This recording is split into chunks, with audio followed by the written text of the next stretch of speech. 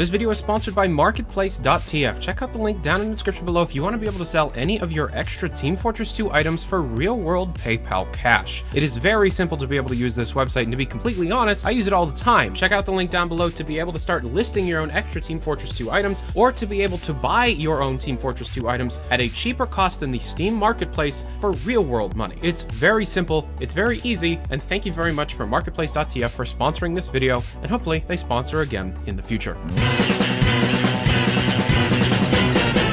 Do you want to know something scary? This is the longest period of time the TF2 community has went without any official or unofficial communication in the game's history. The last time we got a development update from the team was when the Blue Moon competitive update shipped, itself a feature cut from Jungle Inferno at the last minute. On March 28, 2018, an update was pushed that placed the modern ELO matchmaking system into TF2, and some argue this was the last major update we've received. Others would argue Scream Fortress, while others would claim Jungle Inferno all the way back in October of 2017 was the last. But something remains very clear. Real, official information on what's next for the game is non-existent, and everything we have to go off of are third-party accounts, a few bug fixes and requests from the developers, and leaks. So do we know for sure that this next update will focus on the heavy? On July 7th, 2016, the Team Fortress team pushed Meet Your Match, the name of which being incredibly clever on how it also worked as Meet versus Match, a war between heavy and pyro. On the update page from almost 3 years ago read, quote, "One lucky class is going to get a full-fledged class pack in the future update. New weapons, new balancing, new achievements. It could be heavy, it could be pyro, but it's not going to be both." On the blog post for War, it read, quote, "Okay, both might get a new class update at some point. In fact, it's highly likely they will." This was back on July 7th, 2016. Between Meet Your Match and Jungle Inferno, which is a gap of 470 days, the team posted to the TF2 blog 20 times. That is content-related blog posts every 24 days. Obviously, they were not grouped like that, but the time between Jungle Inferno and now is 509 days. And in that time, we have received 9 content-related blog posts, none of which detailing future content for Team Fortress 2.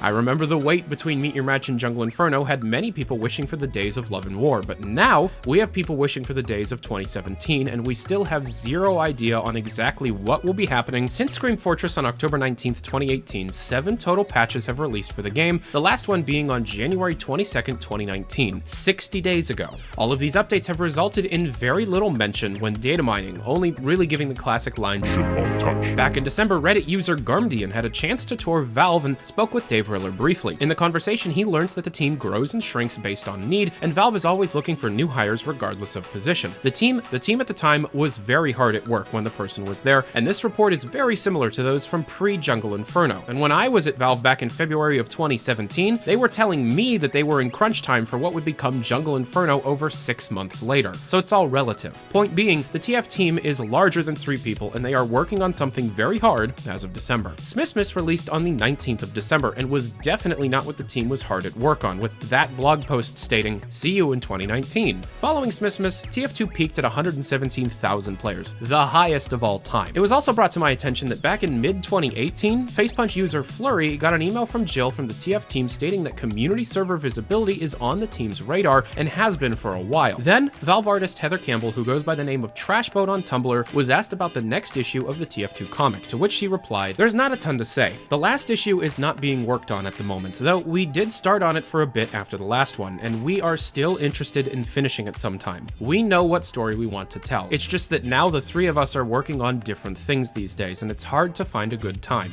It's sort of a waiting to see if when the stars align situation." It does absolutely help to see that people are still interested after all this time, and we are super proud of the comic so far. So we're watching for a window where we could wrap it up. Something to note though, the 3 of us quote does not mean the dev team of the game, but instead the 3 people that usually work on the comics, being a combination of artists and writers. Jay Pinkerton and Eric Walpa have returned to Valve since the release of the last issue, so there is that. Then Banny tweeted that another update was imminent and everyone lost their minds. I DM'd him and asked if any new information was being used for this tweet, to which he replied that he didn't have anything new and was going off of what we already knew.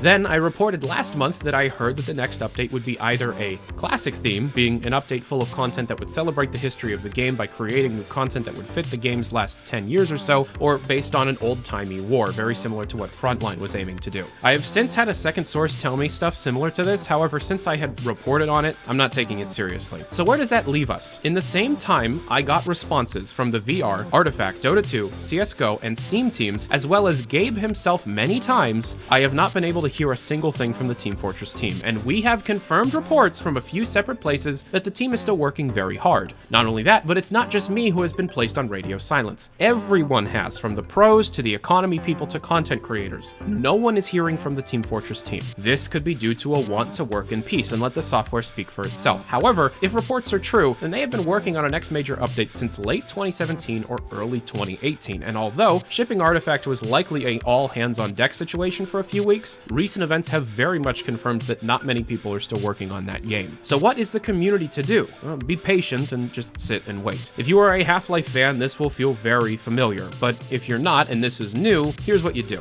Place the community content creators in the spotlight and celebrate the best of them. Play on community servers that host only the best unofficial custom maps, and get excited for the upcoming TF2C update that was announced, which I'll be covering soon. Keep holding community creation events, but if you're creating things for TF2 only for the possible money that could be made, then stop, because you're in the wrong community for that. If you love making things for the love of the game and the love of the community, then great, because I'm about to be pumping out content that celebrates you. And until the TF team finally decides to automate a bi-monthly process of getting some of this content in the game, it's all we're gonna get. By the way, I'm going to be opening a lot of servers for Valve News Network created TF2 community events, and I'm looking for a very professional and capable hosting company that can work with me on a few complicated projects. I'm willing to trade ad spots for servers and work. My email is down below.